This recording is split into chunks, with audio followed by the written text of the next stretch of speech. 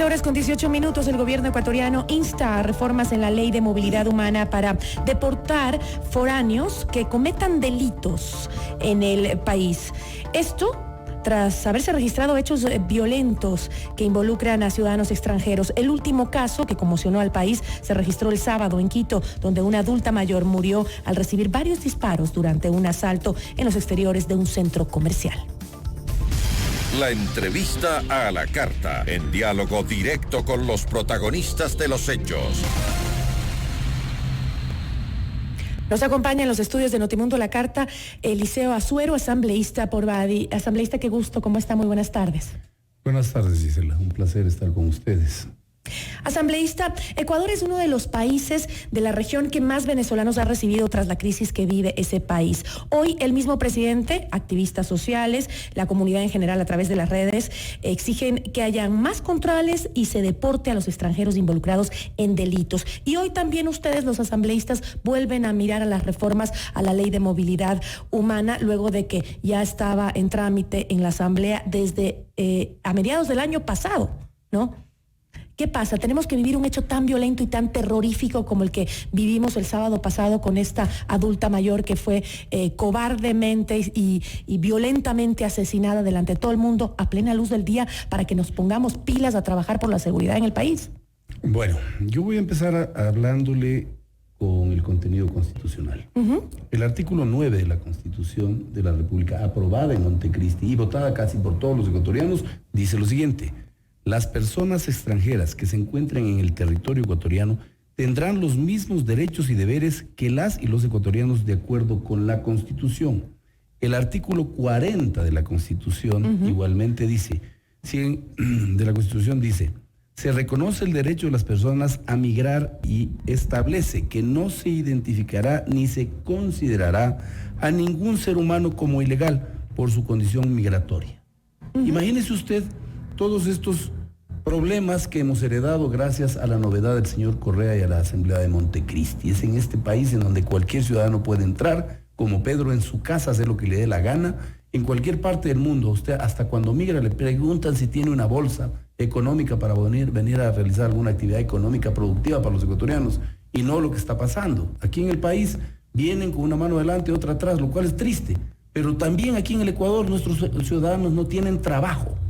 Y obviamente aquí, cuando pasa un hecho tan lamentable como este, se pretende de alguna manera tratar de culpabilizarle al otro. Yo no voy a salir por los fueros de la Asamblea. Creo que tiene graves responsabilidades y hoy mismo en la Comisión de Fiscalización ya aprobamos pedir la comparecencia del canciller, de la ministra de Gobierno, entre otros funcionarios, para que nos expliquen lo que de manera expresa les establece la norma constitucional. Pero sí, entiendo que es importante también que comparezcan, que las autoridades digan qué están haciendo, pero también, como usted dice, no se pueden eludir de las responsabilidades en la Asamblea.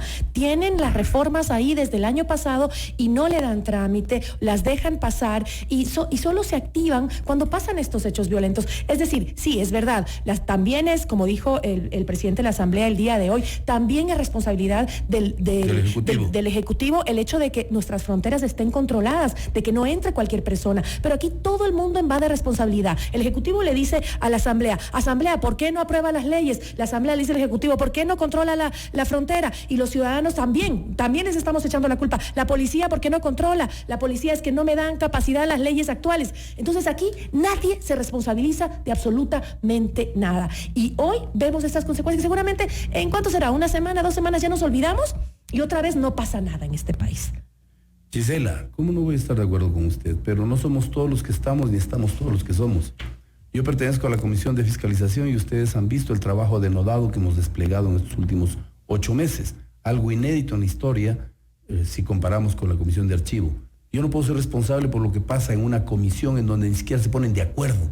No pueden juzgarme a Eliseo Azuero como uno más de los tantos que posiblemente no trabajan como muchos de ustedes sí conocen. Yo trabajo de lunes a viernes y yo salgo por los fueros del Eliseo Azuero y digo lo que se debe decir. En este caso particular, dice, las políticas públicas en materia de migración corresponde al presidente de la República y su implementación a los ministros de Estado. Así lo señala el inciso primero del artículo 154 de la Constitución, A los ministros de Estado, además de las atribuciones establecidas en la ley, les corresponde ejercer la rectoría de las políticas públicas del área a su cargo y expedir los acuerdos y resoluciones administrativas que requieran su gestión. Esto no quiere decir, Gisela, que yo estoy eludiendo la responsabilidad de la Asamblea de la cual soy parte.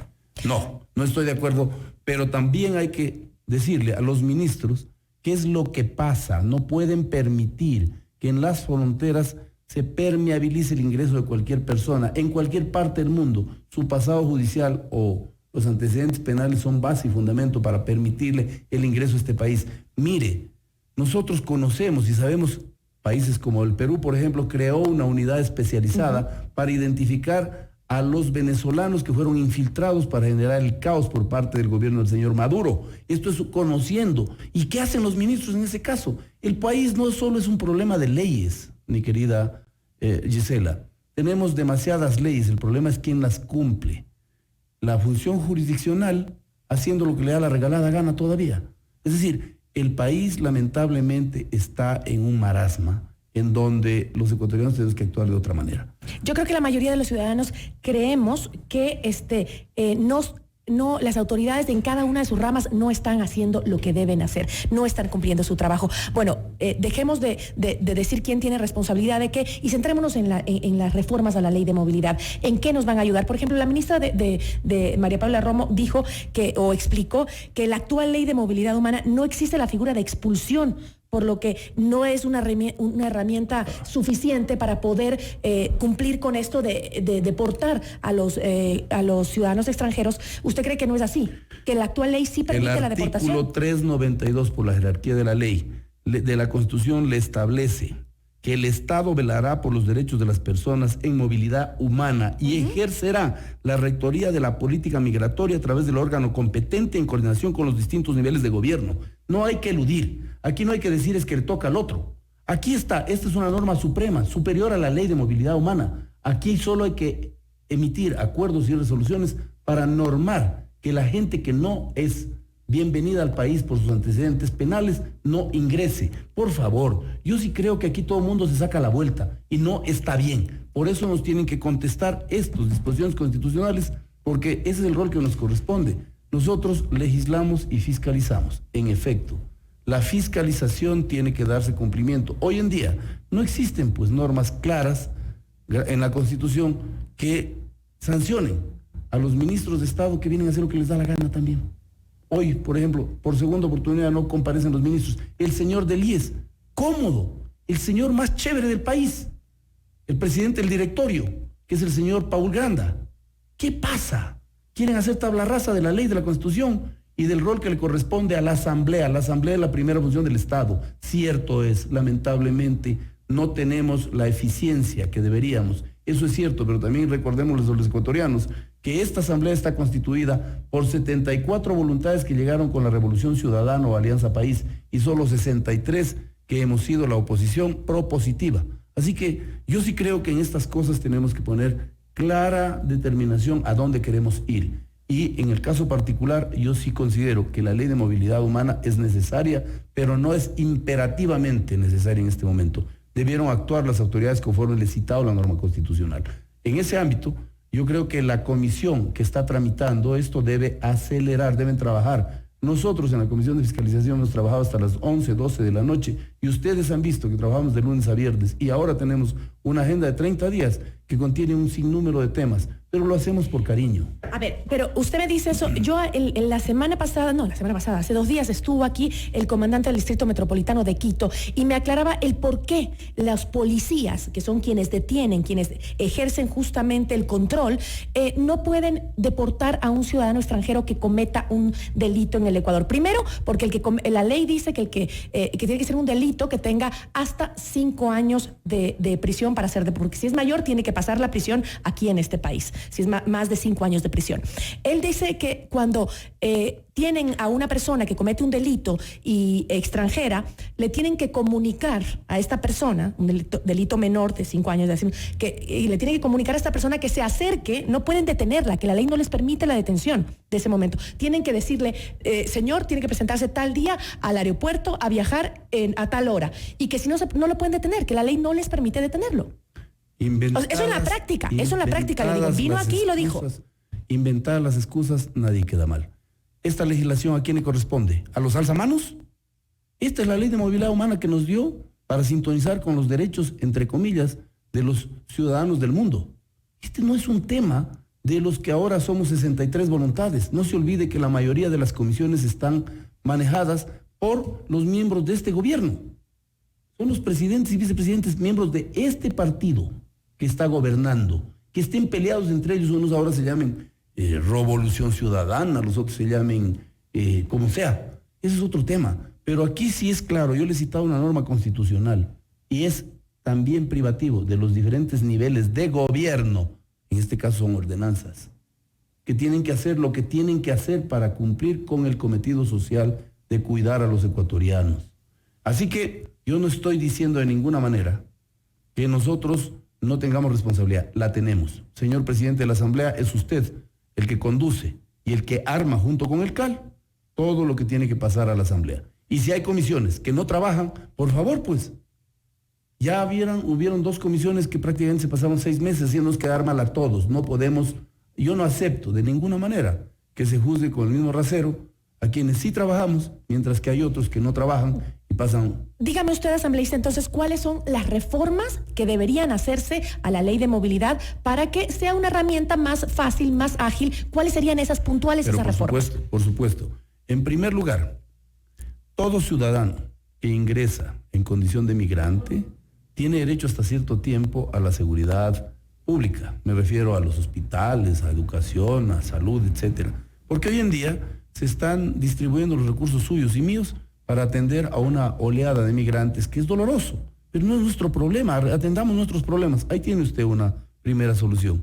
En Sucumbíos, el 45% de los usuarios del único hospital que existe es de ciudadanos extranjeros.